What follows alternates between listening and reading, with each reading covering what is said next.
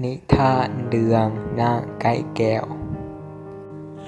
แต่กี้แต่ก่อนยังมีผัวเมียคู่หนึ่งมีลูกสาวน้อยผู้เดียวพ่อแม่ฮักนางน้อยนั่นคือแก้วตาดวงใจพวกเขาอยู่กินอย่างมีความสุขอยู่มาบ้านเมืองเกิดแห้งแล้งฝนบ่ตกหลายปีแล้วกกไม้ใบหญ้าเหี่ยวแห้งสาสาวว่าสิงลมตายอย่างหลวงหลายผู้คนอึดข้าวอึดน้ำต่างก็พากันหนีจากบ้านไปสอกหาหัวแก้วหัวมันมาหนึ่งกินต่างเขาบางคนก็ตายค่าคุ้มกอยคุ้มมันก็มีอยู่ใน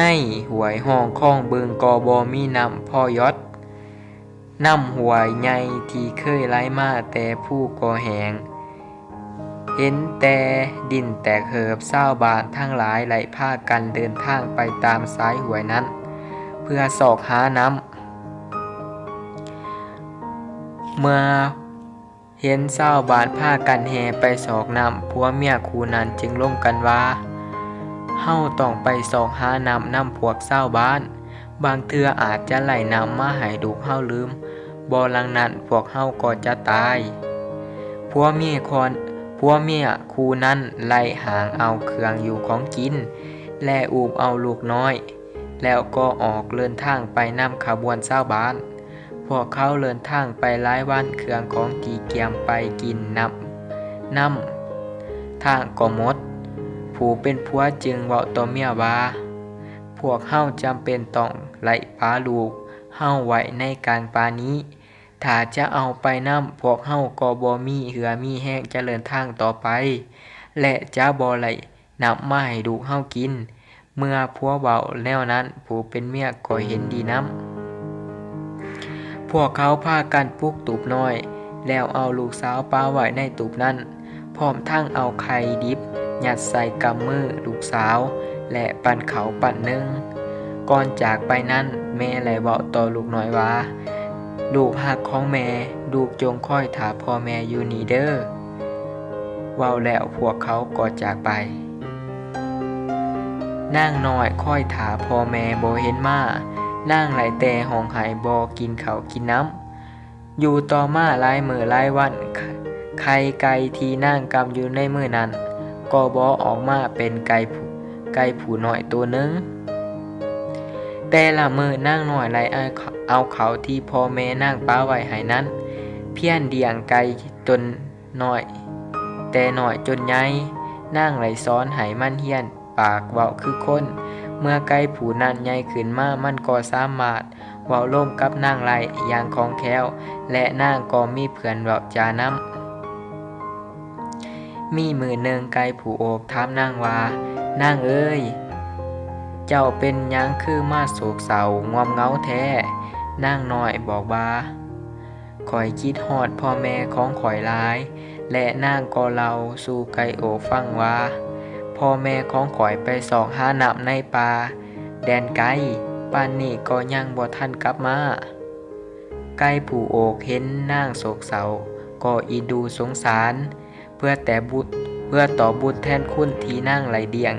ตนจนใหญ่ไก่ผู้อกจึงเว้าต่อนางว่านางเอ้ยเจ้าบ่ต้องโศกเศร้าหรอกเจ้าอยากไล่สิ่งใดก็ให้บอกโลดข้อยจะช่วยเจ้าทุกอย่างเมื่อนั้นนางเลยเว้ากับไก่ผู้อกตัวนั้นว่าข้อยอยากไล่บ้านเมืองงามมีผู้คนพร้อมทั้งสัตว์สาวว่าสิ่งทั้งหลายมีน้ำมีไฟมีมีดผ้าขวัญเสียมและเครื่องใส่สอยอื่นๆเมื่อนั้นไก่ผู้โอกบอกกับนางว่าตอนขอนสิแจ้งข้อยเวลาข้อยขันบาดได้ให้เจ้าอธิษฐานเอาสิ่งที่เจ้าต้องการโดดเด้อพ่อขอนสิแจ้งไก่ผู้โอกก็ขันขึ้นโอกอีโอกโอกนางได้ยินเสียงไก่ผู้โอกขันก็อธิษฐานเอาทุกอย่างที่ตนต้องการพ่อตื่นเช้ามามือไม้นางก็เห็นบ้านเมืองสวยงามหุ่งเฮืองเหลืองเหลือมเต็มไปด้วยผู้คนและสัตว์สาวว่าสิ่งอย่างหลวงหลายมีน้ำมีไฟมีมีดผ้าอย่างที่นางต้องการบ้านเมืองก็อุดมสมบูรณ์เต็มไปด้วยเขาป่าอาหาร นางดีใจหาอันเปรียบบ่ไหลเมื่อไหลสิ่งที่ตนปรารถนาแล้ว แต่โกงกันขามเมื่อนางเดียวเบิ่งไก่ผูกอกตัวนั้น มันผัดโศกเศร้างอมเหงานางจึงถามไก่ผูกอกตัวนั้นว่าน้องเอ้ยเป็นหยังเจ้าจึงโศกเศร้างอมเหงาแท้ไก่ผูกอกตอบว่าข่อยต้องตายย้อนมีดผ่าเหล่านั้น เมื่อข่อยตายไปเจ้าจงเอาข่อยไปจูดเผาเลย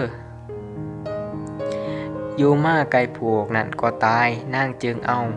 ไปจูดเผาจนกลายเป็นฝุ่นแล้วนางเอาไปฝังไว้แค่หัวหน้าบ้านแต่ละมื้อนางไหลเอานำไปโหดฝุ่นกะโหลกไก่โอกนั่นเป็นประจำอยู่ต่อมาก็เกิดมีต้นดอกพูเกิดออกมาจากกองฝุ่นกะโหลกไก่ผูโอกตัวนั้น